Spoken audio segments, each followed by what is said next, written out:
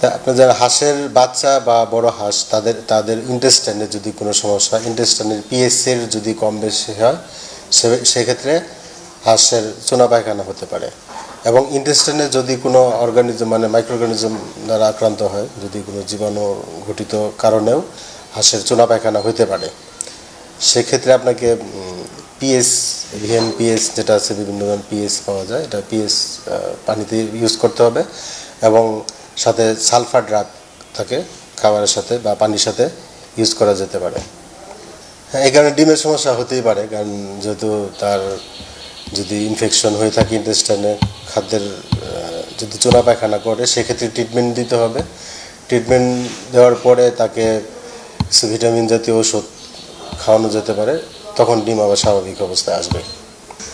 এখন হাঁসের যে মানে ডিম বাড়ানোর জন্য তো যে বয়সে ডিম হাঁসের স্বাভাবিকভাবে বেশি থাকার কথা, সেরকম বয়সে যদি ডিম দেখা যায় কম দিচ্ছে, সেক্ষেত্রে তার যে খাদ্যের যে ফর্মুলা আছে, রেশনটা এই ঠিকমতো রেশন অনুযায়ী তার খাদ্যের যে ফর্মুলা অনুযায়ী তাকে খাবারটা প্রয়োগ করতে হবে।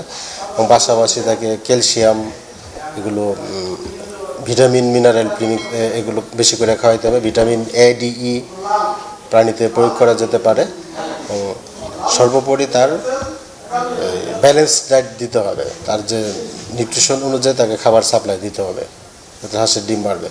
অনেক সময় দেখা যায় যে কৃমি আক্রান্ত হতে পারে, যদি সেরকম হয় যে কৃমির ওষুধ অনেকদিন খাওয়ানো হয় না, সেহেতু কৃমির ওষুধ খাওয়ানো যেতে পারে। কৃমির ওষুধ খাওয়ানোর পরে তাকে ভিটামিন প্রয়োগ করা যেতে পারে। কৃমির ওষুধ খাওয়ানোর পরে আপনি ভিটামিন ডাব্লিউএস, যেটা ওয়াটার সলিউবল ভিটামিন আছে, সেটা খাওয়ানো যেতে পারে। ভিটামিন এডিই খাওয়ানো যেতে পারে, এবং অ্যামাইনো অ্যাসিড সমৃদ্ধ যে ভিটামিন আছে সেটা খাওয়ানো যেতে পারে।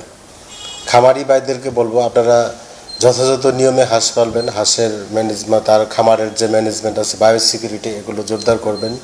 এবং তাকে প্রয়োজনীয় খাদ্য, ভিটামিন, মিনারেল এগুলো সঠিকভাবে প্রয়োগ করবেন। এবং হাঁসের যে বিভিন্ন ধরনের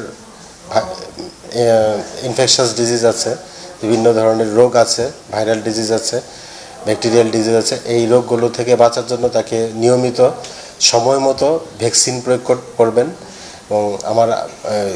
এবং হাঁসের বিষয়ে যদি আপনার কোনো প্রবলেম পড়েন, সমস্যায় পড়েন, সেক্ষেত্রে নিকটস্থ যে উপজেলা প্রাণী সম্পদ দপ্তর ও ভেটেরিনারি হাসপাতাল আছে, সেখানে যোগাযোগ করার জন্য আমি খামারি ভাইদেরকে অনুরোধ করব। সবাইকে ধন্যবাদ জানিয়ে শেষ